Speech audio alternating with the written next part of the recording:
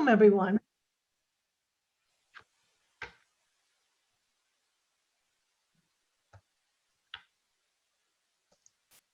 Welcome, everyone. We're going to wait for a few more participants to join us.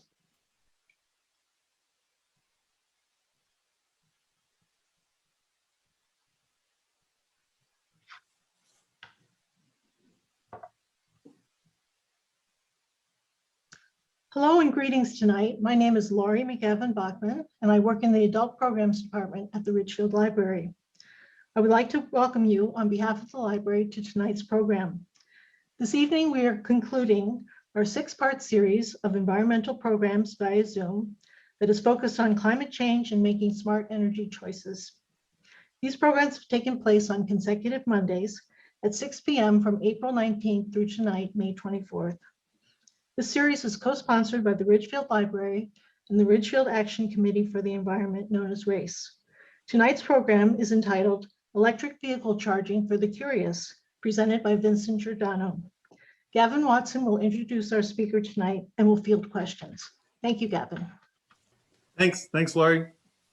So Vincent Giordano is a retired environmental attorney. He was a rule writer and enforcement attorney for the US EPA for 8 years, and an attorney for GE with global responsibilities for 26 years. Vincent has an 8 kilowatt hour at peak solar array on his roof, a plug-in hybrid in his driveway, and a level 2 charger in his garage. So thanks, welcome Vincent. And as Laurie was saying, if you've got questions, just pop in the chat. I'll keep an eye on them and field questions to Vincent. Great, thanks a lot, Gavin, I appreciate that. Well, to learn something about everyone on the call, what we'd like to do is start with a poll. So the polling question will pop up shortly on your screen. And the question is, do you have an electric vehicle? So it's either the battery electric vehicle or a plug-in electric vehicle. And if you do, say yes. If you don't, but you're interested in buying one, answer that question. And if you don't have one, but you're curious, answer the third question. So we'll learn something about the folks on the call. So we have about 20 participants and we have 14 answers so far. Oh, I'm sorry, 16 voting members. All right, so those that are on the call and have an electric vehicle, thank you for joining. In the chat, feel free to add your experiences as I go through this. Feel free to correct me with your own experience. And of course, you're welcome to ask questions. So it looks like quite a few of you, 7 of you is interested in buying an electric vehicle, which is great. And 6 of you are curious. All right. So we're going to stop sharing results and we'll go to the next page. So one of the big hurdles for folks who are going to be first-time electric vehicle owners is range anxiety. And this is kind of the thing people fear, which is you're out somewhere, out and about, your car runs out of power, and you've got to find somebody, maybe call a friend like Gavin and say, hey, Gavin, could you bring your generator out to me and charge my car up? So range anxiety is a real problem. I had it myself and I ended up buying a Chevy Volt. Now, the real question is, how far do you drive each day? So on this chart, you'll see that 99% of the time, most people drive less than 200 miles a day. Using myself as an example, I used to work for General Electric. Their headquarters used to be in Fairfield. The round trip was 42 miles. And the car, the Chevy Volt, would have a 60-mile range in the summer months, I should say late spring, and probably 45 miles of range electric vehicle in the winter months. And we'll talk about how cold weather and hot weather affects range and battery performance. So I could make it to GE headquarters there and back every day and then charge my car at home at night. This is the range of electric vehicles currently being sold in the United States. And you could see that at the 200-mile mark, which is, only 1% of the respondents of that survey, which was almost 1,000 people, would be above 200 miles. The median range for vehicles is already more than 200 miles of range. And the maximum range is now topped over 400 miles. So the range you can get with electric vehicle now is typically more than sufficient for your daily commuting needs. And you can basically use your vehicle during the day, come back home, charge at night, and in the morning, leave with a full tank of power for the next day. It only becomes the longer range trips that become somewhat problematic. And we'll talk about that as well. So range anxiety actually gives way to what's called charging trauma. And the important takeaways for you are EV charging actually is getting easier, it's getting more convenient and faster, and it's going to continue to get easier, even more convenient, and even more faster. So this issue is going to go away very quickly. So before we talk about charging, we need to talk about some terms. So we're going to cover 3 terms. First term is charging station. Now, a charging station is also known as an EVSE, electric vehicle supply equipment.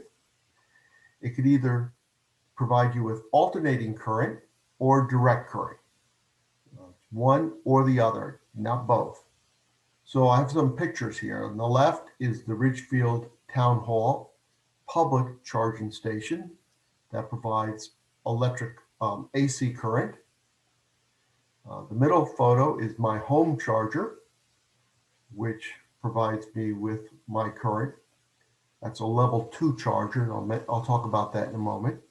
And then here's an example on the far right of a supercharging station from Tesla, and that provides DC or direct current.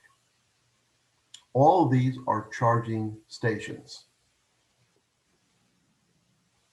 Now, a charging station produces a charging load or output power. That's what it produces. So you'll see here is the AC charging station produces an output, and so does the DC charging station produces an output. And the last term is acceptance rate. So the acceptance rate is the ability of your car's battery to accept and store energy. And the parameters are time, temperature, state of charge, and charging volts. So let's take the example of the AC charger. Here's the charger. It's producing an output or charging load. That goes to an onboard charger, which is really a converter. It's going to convert the power from AC to DC, and it's going to charge your battery. That converter has an acceptance rate. And like the DC current comes through, and there's an acceptance rate on the battery and the BMS, which is the battery management system. So there are multiple weak links or chokeholds in the system. Your charging output could be your limiting factor. The onboard charger can be your limiting factor. The acceptance rate of your battery system could be a limiting factor, and the amount of power given by a DC charging output. So we're going to talk about that when it comes to different vehicles and how that affects your charging time. So here are the 3 types of charging. You have your AC level 1.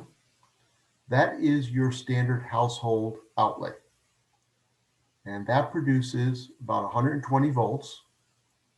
It can produce from 12 to 16 amps. And the voltage in amps gives you your charging load. In this case, 1.4 to 1.9 kilowatts. That's your charging load from the AC level 1. And I have an example here. This is what came with my car. This is let me see if I can show you. That's the plug here, and this is the plug for the 120 volt household outlet. That's AC level 1. And the reason why it's in my hands is because I don't use it. I basically call that the trickle charger. You can see it would take 3 to 5 miles, it would give you 3 to 5 miles of range per hour of charge. What I have is something, an AC level 2. That's the photograph that I showed you. That's a 240 volt charger. My amperage is actually 40 amps. So I'm actually a little bit above the typical 32 amps. So my charging load is somewhere around, let's say 10 kilowatt hours. I don't know exactly what it is, but it's within this range. And I get 10 to 20 miles of range per hour of charge. And then the last option you have is the DC fast charge. You can see the voltage now increases to as high as 480 volts. It can go as high as 60 amps, and that's changing. It'll be much higher soon. And charging loads typically is 50 kilowatts, and that's also now increasing to maybe 150 kilowatts. So your charge time in this example diminishes very quickly. Charging time is dependent on charging load. That's what we just covered. The charging load, the output from the charger, your car's acceptance rate, the temperature. If it's cold, it's going to be slower. And then the state of charge.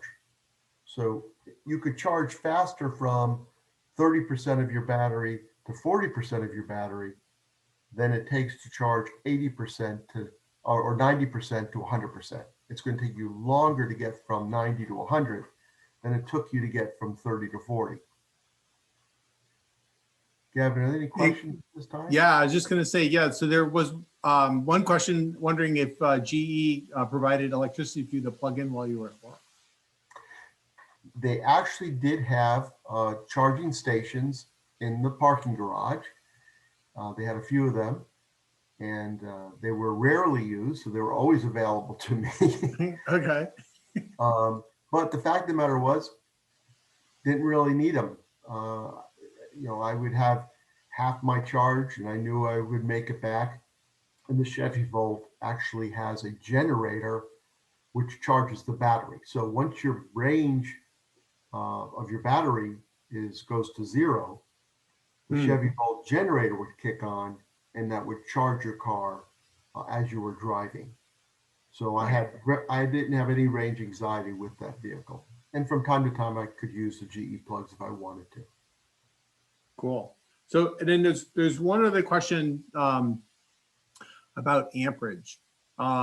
Just asking about, I guess they're asking about high, the amperage and that it's going up and how is that important? And I guess it's essentially the more amperage and the higher the amperage and the higher the voltage, the more power you're able to put into the battery, right? That's right. That's exactly right. And the way I like to think of voltage in amps. So amps ends in PS. I view that as pipe size. So think of it as in a water analogy. Your pipe is increasing, and the voltage is the pressure. So as you increase the pressure and the pipe size, you're getting a lot more output. And the more output you're getting, your charge time will diminish.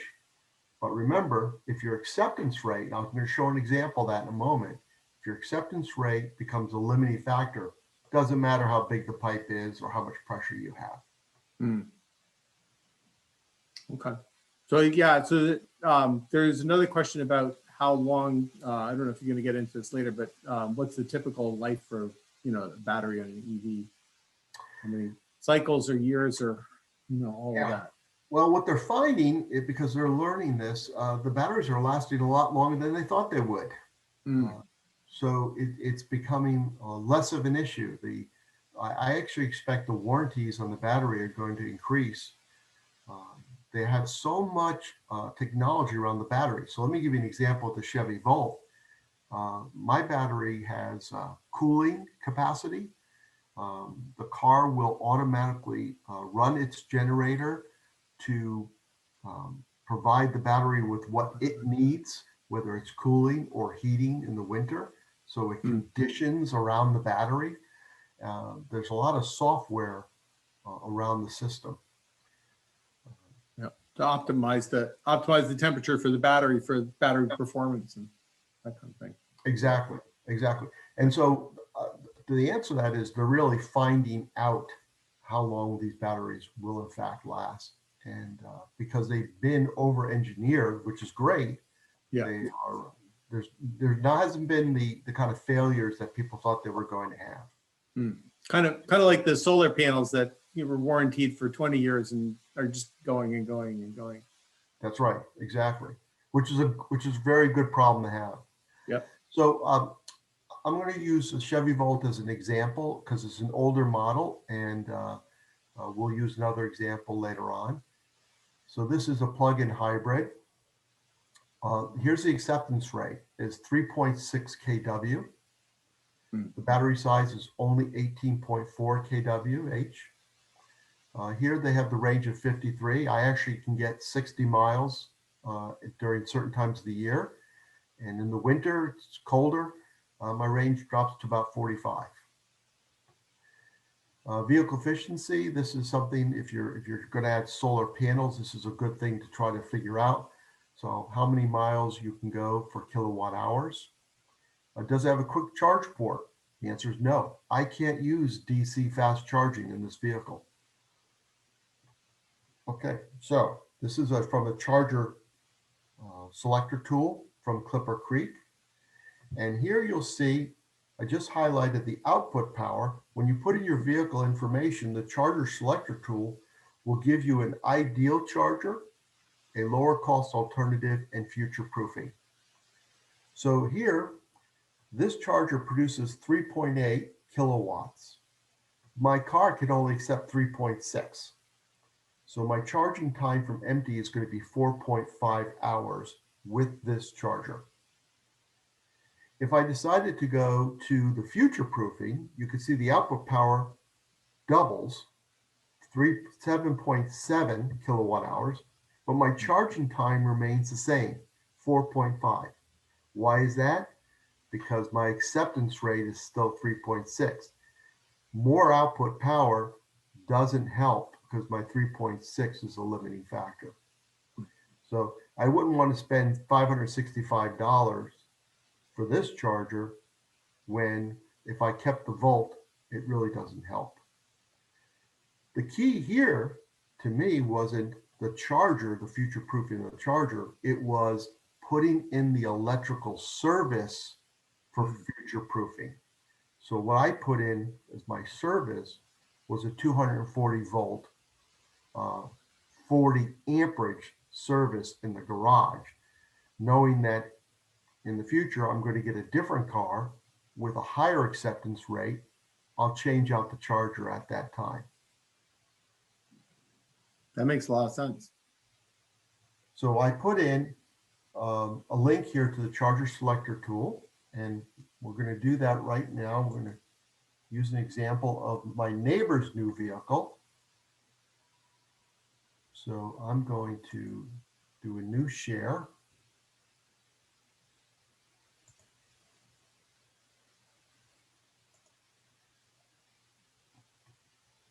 Are you able to see the? We're still on your other slide, on your presentation slide. Let's try this one more time. Thank you. Yeah, no, it's okay.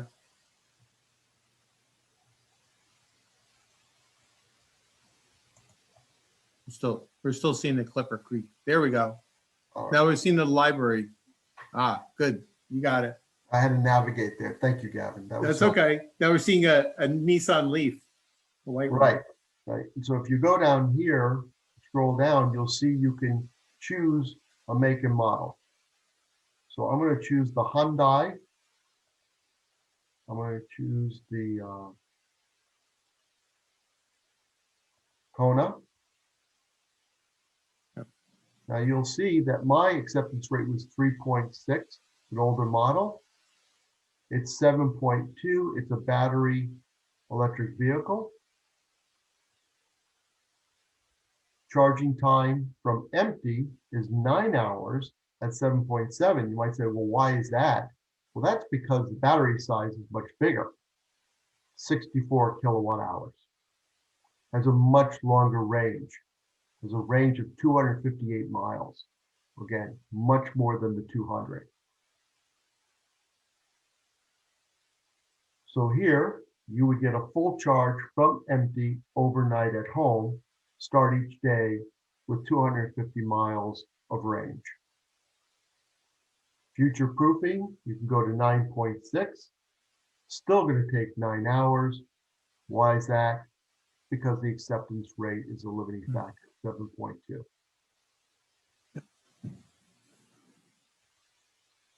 Yeah, and the cost of the charger itself is not, it's not insignificant, but you know, it probably costs as much or maybe more to have the electrician run the power out there and maybe add a breaker to your panel and all that, right? Exactly right. And that's why, what I would suggest doing is putting the money into your electrician work, getting the larger service, and then getting the charger that you need, maybe the lower cost option for your charger, and then trading up when you get a bigger car with a bigger battery.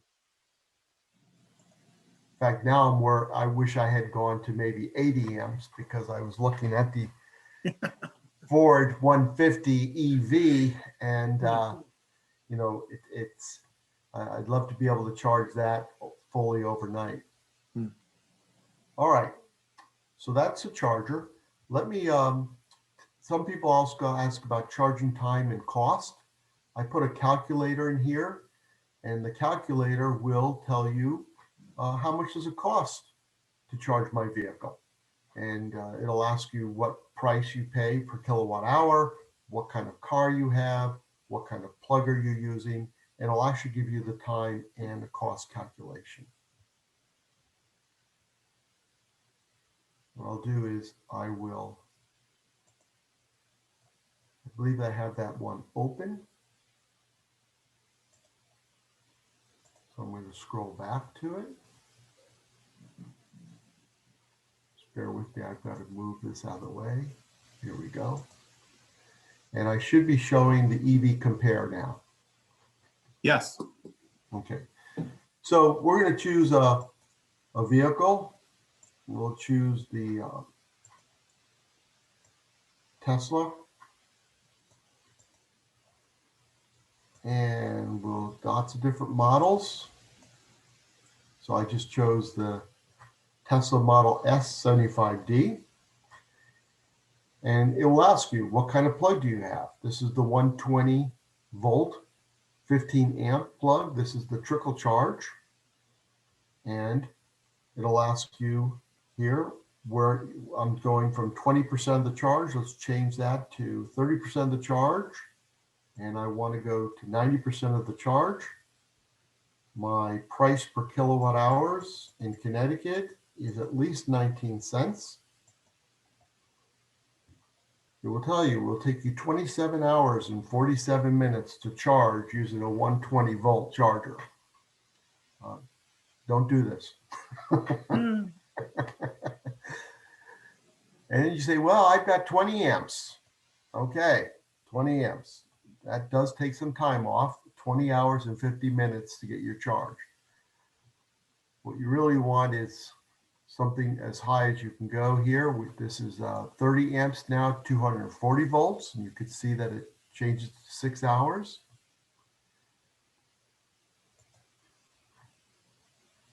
Four hours and 20 minutes if you go to 240 volts at 50 amps. You can see the difference is quite dramatic. Yeah.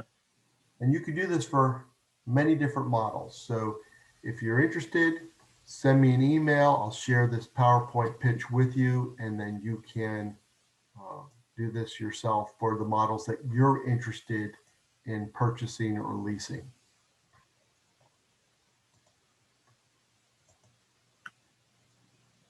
So there is and I'm sure I know you're going to get to this, but there's a question about are the charging systems universal? And then there's also another question about, are there any plans to bring the Volt back, and would you recommend buying a used Volt? All right, I'll answer the second question first. Yes, they're not, well, there are no plans to bring the Volt back. But yes, I would recommend buying a used Volt. That's exactly what I did. The prices of used vehicles, used electric vehicles, had really taken a dip, which was great because it's just like computer technology to some degree. It was easier to get or cheaper to get an older model of something because everybody wants the faster model, the better model. So my car was quite inexpensive. And I've been very happy with the Volt, but it is a smaller car. But it has great range. And if you have range anxiety, it's great to have that generator. On the gas, it's over 40 miles per gallon. It's like 45 miles per gallon on gas. Yep. So what I'm trying to do is I'm trying to make my screen full here and it's not working. So you have to bear with me. So there are subsidies. Oh, the other question. Can you give me the other question again, Gavin? That was it at the time. There is now a question about leasing, but we can talk about that later too if you want to keep with the flow. Oh, there's something about chargers and uniform. Oh yeah, are they universal or not? So the different. Yeah, they're not. They're universal in the sense, and we'll talk about this on the plugs. You can get a J1772 charger, and that plug is universal. And the plug that goes into the outlet is universal once you select a certain plug, like a NEMA 1450. All the NEMA 1450s look identical. But what the chargers can do is very different. Some are Wi-Fi enabled, so you can communicate with your charger. Some are bidirectional, and the charge can go from your car back to your home. My charger is not Wi-Fi enabled, nor is it bidirectional. So it's a simpler version. Here are the subsidies for chargers.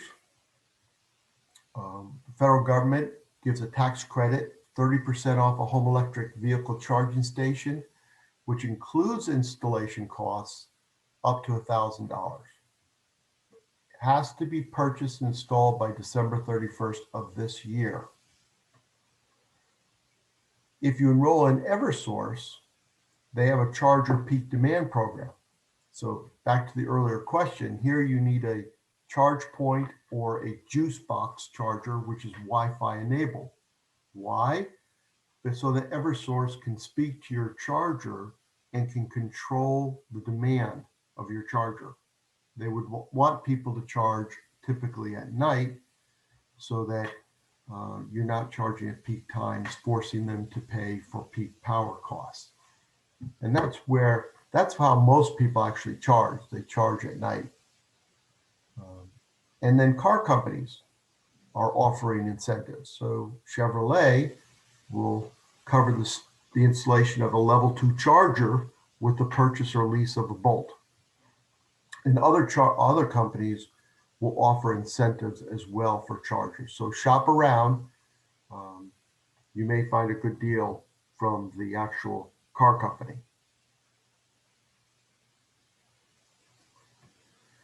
Now, once you have the car and you have the charger, these are some of the common questions people have.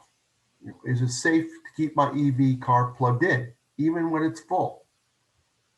The answer is yes, but check your owner's manual. The answer is definitely yes to the Chevy Volt. Most car companies will say, keep your car above the 30% mark. That's what you should shoot for. Again, check your owner's manual. The Chevy Volt meets those criteria. And when we come home, we park the car and we plug it in. It's actually easier than plugging in your phone. And then whenever one of us leaves, we always have a full tank of power. will the battery continue drawing power after being fully charged? So let's assume my wife comes home from shopping or from volunteering. She parks the car in the driveway, doesn't plug it in. There will be a loss of power overnight. It will slowly discharge the battery. Why is that? Because there's functions in the car that will work to manage that battery. So for example, if it's a warm evening or a very cold evening, the car will actually provide power to manage the battery. Or an example here is the Tesla Model 3 has a Sentry mode, and it uses the power for the motion sensors and the cameras. And you can even monitor your car with your phone and Bluetooth. So for example, I can start my car from inside the house before I go, and it will have my car preconditioned to whatever I set it for. So if it's the summer months and I want the car cool before I go driving, or conversely, if it's very cold outside and I want the windows defrosted and I want the car nice and warm, I can, boom, I can have that car preconditioned. And so I keep the car plugged in so that it's drawing power from the house or my solar panels. So I get into the car, and not only is it preconditioned, but I still have a full tank of power. There's a couple of questions. One is that the charging stations that are in the public sphere, so the sort of public charging stations, are they usable by all different kinds of vehicles? So it's a very good question. It's important to know your plug, and I'm going to get to that in the very next slide. Okay, so we could, yeah, maybe that's the thing to do, is jump to that. Yeah. So it's a perfect question for this. If you have a Tesla, for example, if you look at the far right, that's the Tesla plug. You could still use a public charging station, but you need an adapter. So you need to bring the adapter with you. Otherwise, you're going to be facing the J1772 plug, and you're going to have a different outlet. It's just not going to work.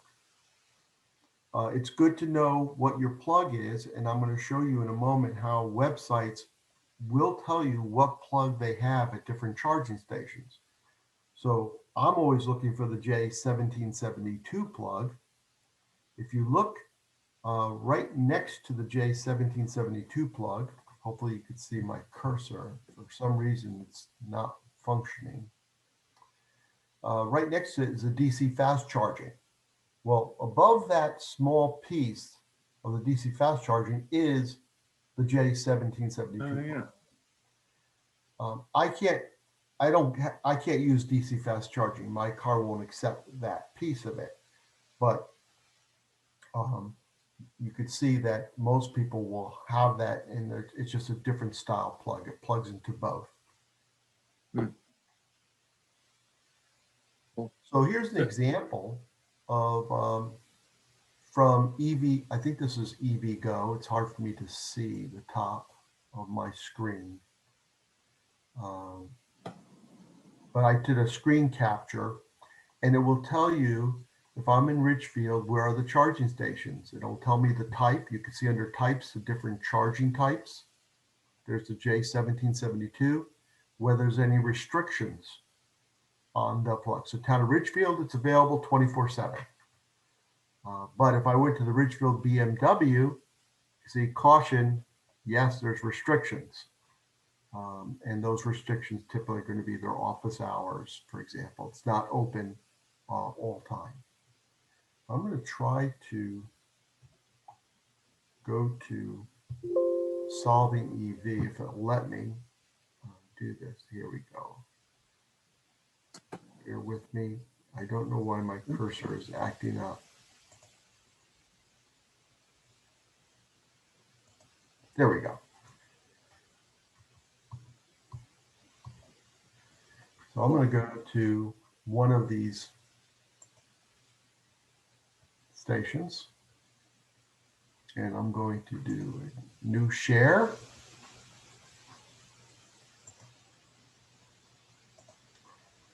So hopefully you're looking at Solving EV Yes. website. Yep. And this is what I was just showing on my PowerPoint. Yes. And again, I've already set it for the town of Ridgefield. You can see all these different stations. So let's say I'm in Wilton. Here's a restriction, and I'll give you the restriction information right here when they're open.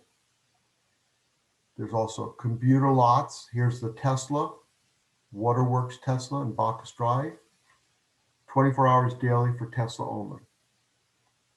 So if my car with the J1772, I'm not going to be able to use I can't do DC fast charging anyway, but even if I could, it's not a Tesla vehicle.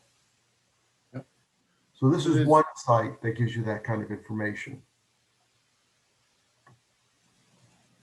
So, and then is there, I think, is there an app too that lets you see if there's somebody already there charging and using it, or if it's available? Yeah, so that's a really good question. There's lots of different apps out there, and so I have actually a screen here, and maybe someone's found an app they really like that has an EV, and they want to tell us about that in the chat. I put 3 in here: EVgo, ChargePoint, and Tesla.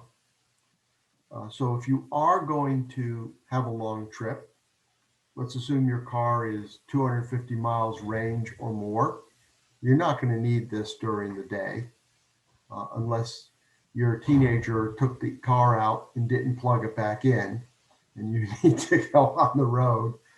So if you have a long trip, plan ahead. Find the app that works best for you.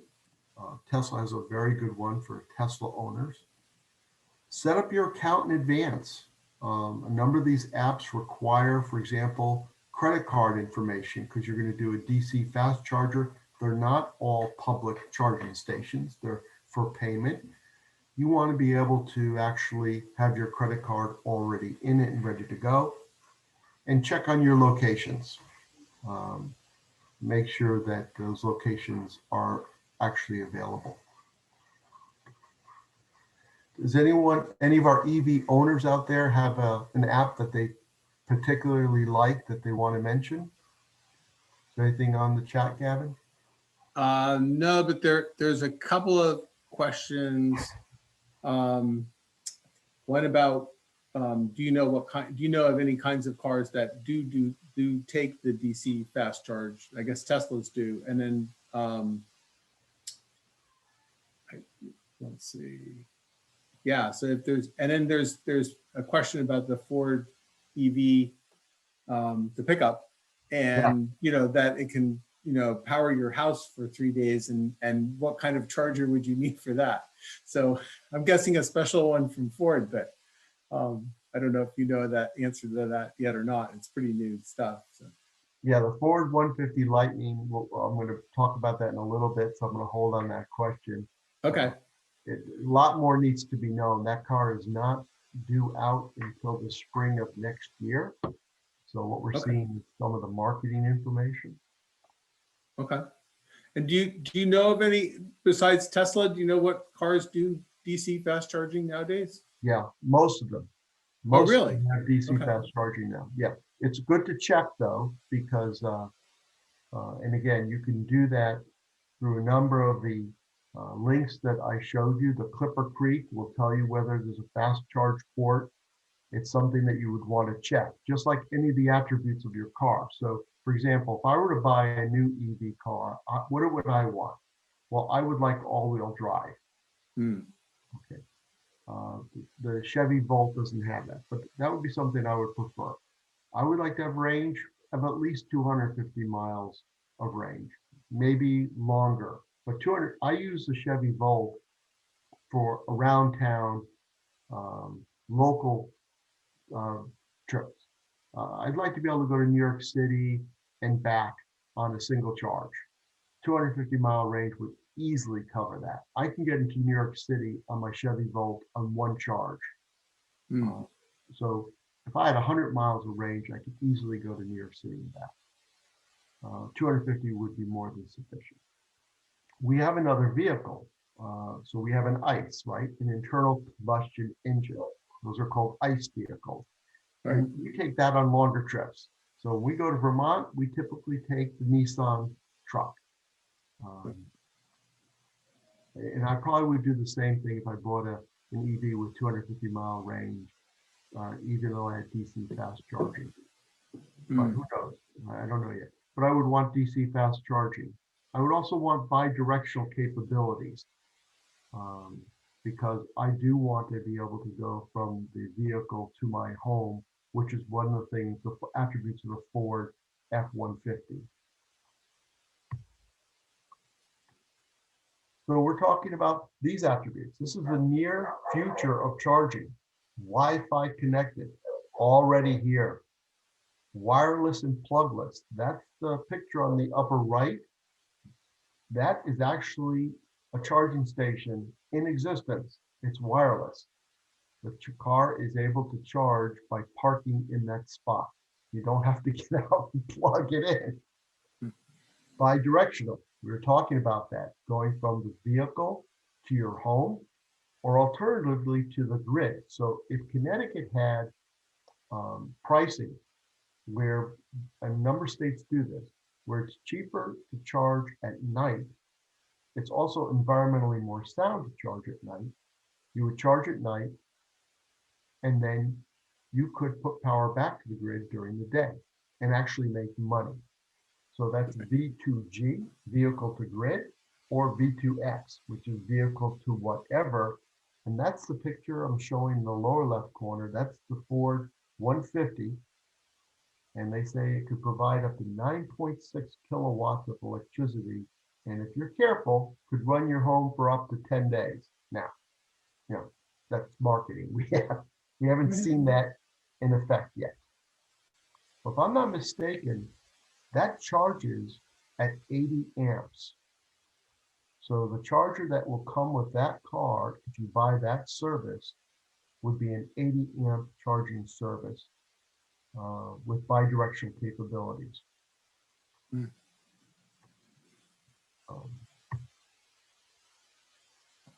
Any other questions before we get to concluding matters?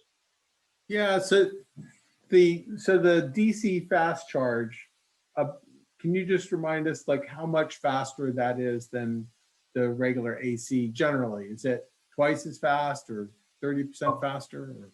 Or gut feel for that? Yeah, it's significantly faster. Let me go to. And this is, of course, assuming that your car battery system can handle it, right? Correct. And I'm going to go to an example of that right now. Let me just bear with me here. This should be my. Are you able to see the solving EV? Yes. Okay, and now I'm showing the electric car charging cost and time calculator. Yes. So if I change the screen, I think I can get to. Oh yeah, it's off the edge. Yeah.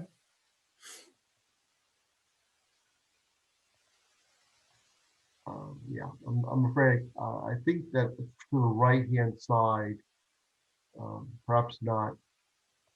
You could just see the difference in time, but it will cut your time considerably with DC fast charging. This is an example of 24 volt, 50 amps. You're talking about amperage in the DC fast charging, which is much more significant than that. So assuming your car can accept that kind of power, we're going to be heading down to the times where it takes maybe 10 to 15 minutes to charge your vehicle. Yeah. It's like I said, they're already at 150 kilowatt hours of charging now.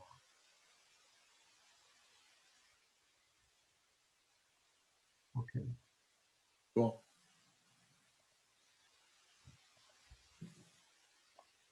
Okay, so a couple points. If you want to revisit a topic, thank you for those of you who've been with us through this series of lectures on different matters.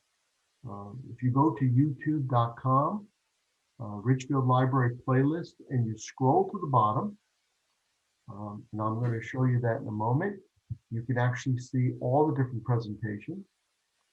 If you'd like to join RACE, join Gavin and I and others, please send an email to racenvironment@gmail.com.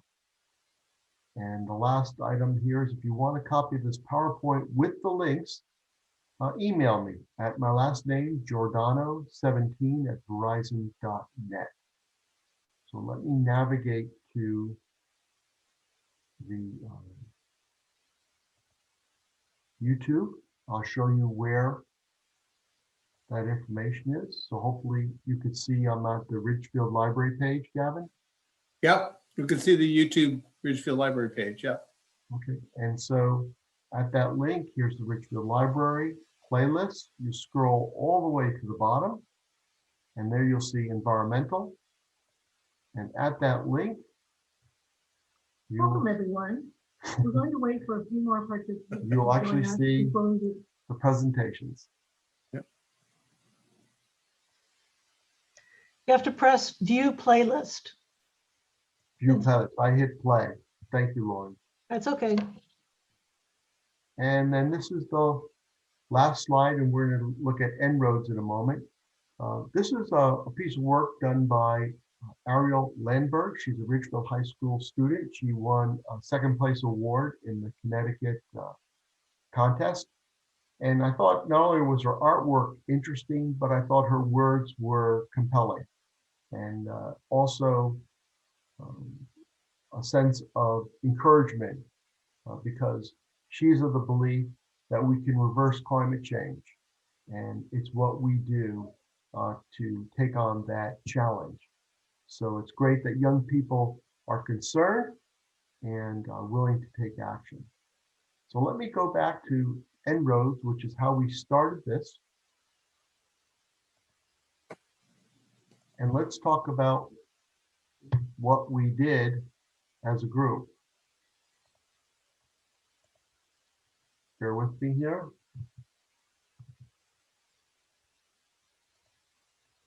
I should be showing En-ROADS. We're actually just seeing the regular Zoom screen with us in it right now. Oh, okay. I must have. You stopped sharing, which, yeah.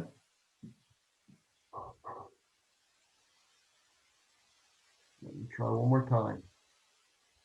Bear with me.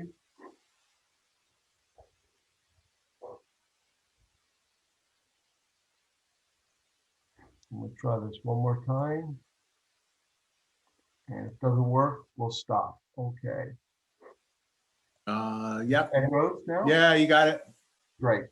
Seen Sorry, it. folks. All right, so we talked about electrification of transport. That's what we were doing today. And if you follow the upper right, that's the temperature that we're trying to affect in a positive way, not go as high. So we're going to electrify transportation.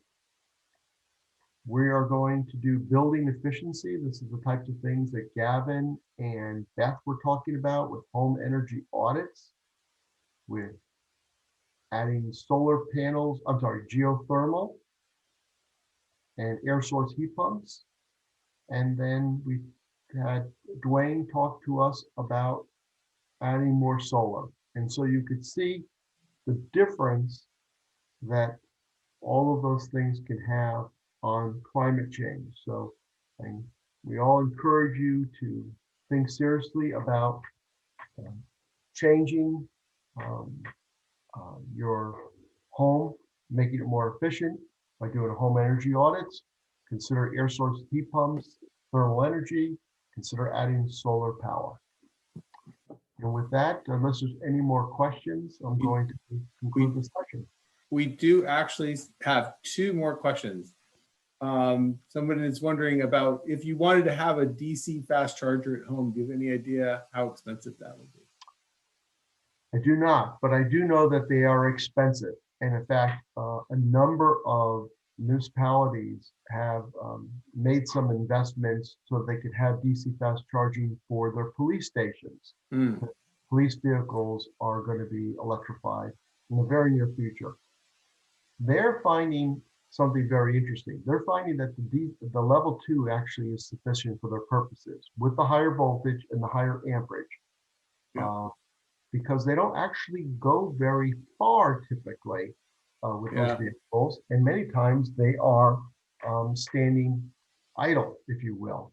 And so having an electric vehicle is actually a good thing to have. The draw is on all the services they have in the vehicle. So they need to have the larger batteries. But unless they are using the vehicle for 3 shifts in a row, for example, the level 2 is sufficient. And the DC fast charging is very expensive. I would go Okay. level 2, high voltage, high amperage, Yeah. as much as your panel can give you. Great. And then if you are out and about, say you did do a trip with your Chevy Volt and you needed the battery was fairly depleted, you pulled off at a rest station and plugged it in, how much would that cost you generally? I don't know. I have never done that. I have not had to do that. And I think what's interesting is that people are changing the way they think about public charging stations now. They used to think they need to put them everywhere because of range anxiety. Right. So they put them in commuter stations, for example. And now they're finding that's actually not a good idea because people who go to a commuting station, maybe they use 30 miles of range. Then they're in that spot the whole day long, and then they go home and they use another 30 miles, but they're always almost full. It's not a good place. It's at home and it's at offices. The public charging stations now are going to be more like putting them at features. So we want people from New York City to go to the Aldrich Museum. So put them at the Aldrich, for example, or put them in the center of town where there's a shopping district so we can attract people from greater distances to come to Ridgefield and shop. But you're not finding that really, you're going to see a lot of empty public charging stations, especially at commuter lots in the near future. Cool. Yeah. And when I've traveled around with my car, again, my battery, I've got a Honda Clarity. So actually it's very similar to your car, 17 kilowatt hour battery and about 45 miles to gallon when it's on, in hybrid mode, using gasoline. But I'll find, pull over, if I'm on a long trip and, find a hotel, and almost for sure, I can find a 110 volt outlet on a light post or a corner of a building or something like that. And I just go and I say, hey, do you mind if I plug in my car? It's just the trickle charger. So it's going to take the whole night to do anything, but I do, I get an extra 50 miles that way. And nobody minds. They're just like, yeah, sure. They think it's novel. Like, okay, yeah, if you want to, go for it.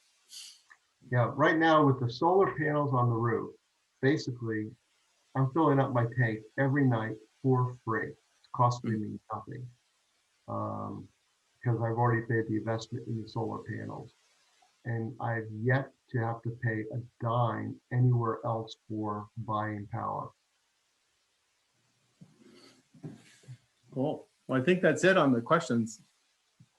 That was great. Thank you. Thank you, Gavin, for your help. Thank you, Vincent. Thank you, Vincent, for an excellent presentation, and Gavin for fielding questions tonight. And we'd like to thank all of our presenters in this race series. The entire series, as Vincent mentioned, will be on the library's YouTube channel. And we also plan to send out an e-blast with all 6 of the presentations listed so that you can have access to those. Thank you all for attending and for your lively questions. And we wish you have a wonderful rest of your evening. Thank you and good night. Thank you very much, Lori and Andy. Thanks again, Gavin. Thanks. Yeah, thanks, Vincent.